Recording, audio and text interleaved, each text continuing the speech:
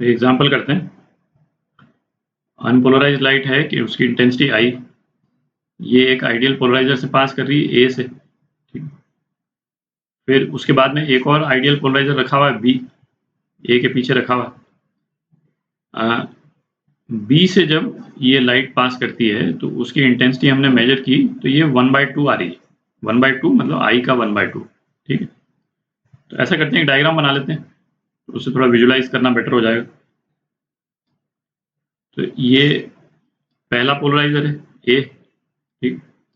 अच्छा, इसका axis of polarisation तो कुछ भी ले सकते हैं अपन, पहले वाले का। तो इसका एक्सिस ऑफ पोलराइजेशन अपन ये ले लेते हैं, ठीक है। तो इसमें से लाइट निकल करके पोलराइज हो गई लाइट, उसके बाद में बी से निकली।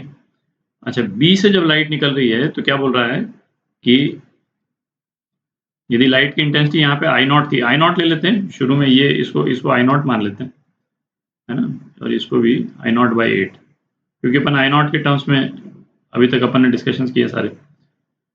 तो यहाँ से इंटेंसिटी जो निकल रही है वो क्या बोल रहा है, ये आई नॉट बाई 2 है, ठीक है। अच्छा, ये तो हमको मालूम ही है कि जब किसी भी पोलराइजर से जब लाइट निकलती है तो उसकी इंटेंसिटी जो है, अनपोलराइज लाइट यदि आती है तो उसकी इंटेंसिटी हाफ हो जाती है, ठीक है। इसका मतलब क्या हुआ कि जो एक्सिस ऑफ पोलराइजेशन है ए और बी का, ये पोलराइजर बी है ना, एक्सिस ऑफ पोलराइजेशन दोनों का पैरेलल है ना, तभी जो है वो बी से जब ये लाइट निकली तो उसकी इंटेंसिटी में कोई वेरिएशन नहीं हुआ, ठीक है। इसका एक्सिस यदि कुछ और डिफरेंट होता तो एक वो कॉस स्क्वायर थीटा वाली टर्म आ जाती, ठीक है। तो इसका एक्सिस ऑफ पोलराइजेशन भी सेम है जो ए का है, ठीक है, वर्टिकल। तो ये बना दिया अपन।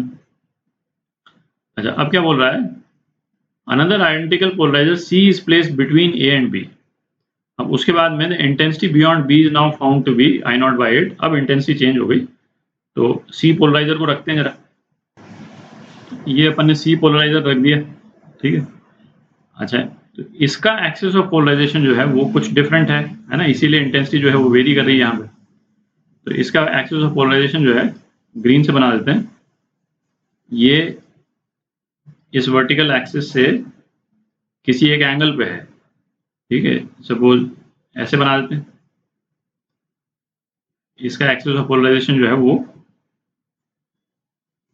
इस एंगल का है, और ये एंगल जो है इसको थीटा बोल देते हैं, ठीक है। तो अब बेसिकली क्या होगा कि जब इससे लाइट निकलेगी, ये तो दूसरे एक्सिस पे पोलराइज हो गई, है ना, तो यहाँ पे जब लाइट आएगी तो ये इस डायरेक्शन में पोलराइज होगी, ठीक है। ये तो अभी अपन ने एग्जांपल भी किया था। और ये वाला पोलराइजर इसको फिर वापस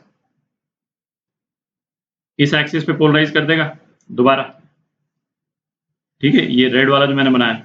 और यहाँ से जो निकलेगी लाइट, ये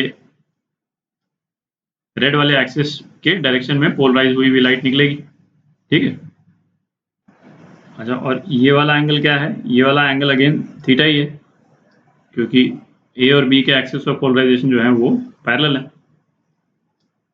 तो अब यहीं पे लिख लेते हैं इंटेंसिटी ऑफ लाइट जो निकलेगी यहाँ पे, इसको मैं ऊपर की तरफ लिख लेता हूँ क्योंकि ये तो ओरिजिनल वाला है। तो यहाँ पे जो लाइट होगी वो क्या होगी, आई नॉट बाई 2, ये तो लाइट जो यहाँ पहुंची, ठीक है, और यहाँ से जो एग्जिट करेगी कॉस स्क्वायर थीटा, ठीक है।